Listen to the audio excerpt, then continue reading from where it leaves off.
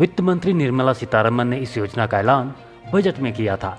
इस योजना का मकसद वैकल्पिक खाद के इस्तेमाल को बढ़ाने और केमिकल फर्टिलाइजर के इस्तेमाल को कम करने या संतुलित इस्तेमाल करने को बढ़ावा देना है। मोदी सरकार ने बुधवार को कैबिनेट की बैठक में प्रधानमंत्री प्रणाम योजना को मंजूरी दे दी।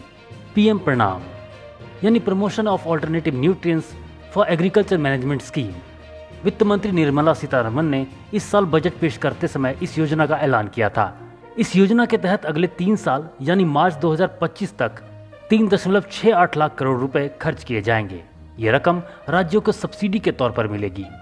1991 के बाद सरकार का मकसद खाद्य उत्पादन को दोगुना करने और किसानों को सशक्त बनाने पर है।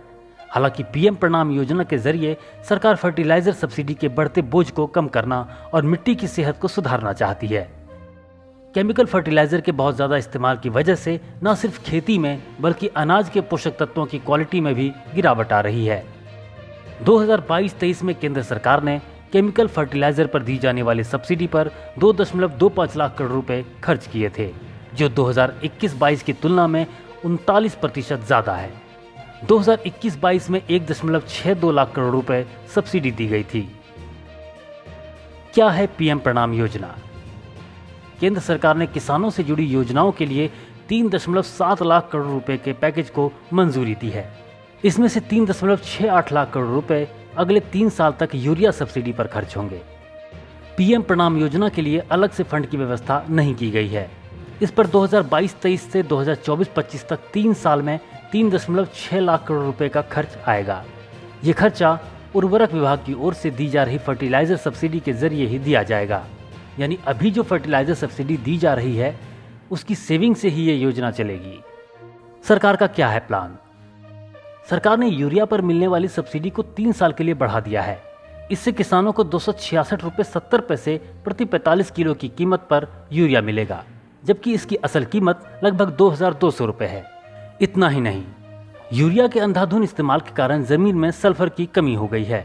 इसे सरकार कम करने की कोशिश कर रही है।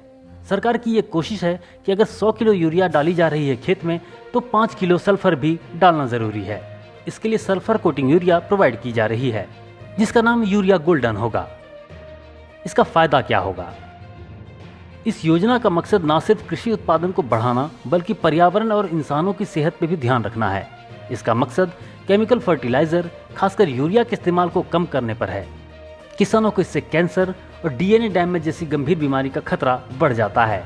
इतना ही नहीं, ये उर्वरक जल निकायों को भी प्रदूषित करते हैं। इस योजना के जरिए खेती बाड़ी में यूरिया के अलावा दूसरे उर्वरकों के इस्तेमाल को बढ़ावा देना है। इससे पर्यावरणीय क्षति रुकने के अलावा लंबे समय में मिट्टी की गुणवत्ता में सुधार और फसल की पैदावार बढ़ने की उम्मीद है। सब्सिडी पर क्या असर पड़ेगा? पीएम प्रणाम योजना का मकसद बढ़ते फर्टिलाइजर सब्सिडी के खर्च को भी कम करना है। 2022-23 में सरकार ने पहले फर्टिलाइजर सब्सिडी के लिए 1.05 लाख करोड़ रुपए रखे थे, लेकिन बाद में यह खर्च बढ़कर 2.25 लाख करोड़ रुपए पहुंच गया। 2023-24 में इसके लिए 1.7 लाख करोड़ रुपए का प्रावधान किया गया है। खास बात यह है कि सब्सिडी का ये पूरा खर्च केंद्र सरकार उठाती है। ये सब्सिडी फर्टिलाइजर बनाने वाली कंपनियों को दी जाती है ताकि किसानों को कम कीमत पर उर्वरक मिल सके।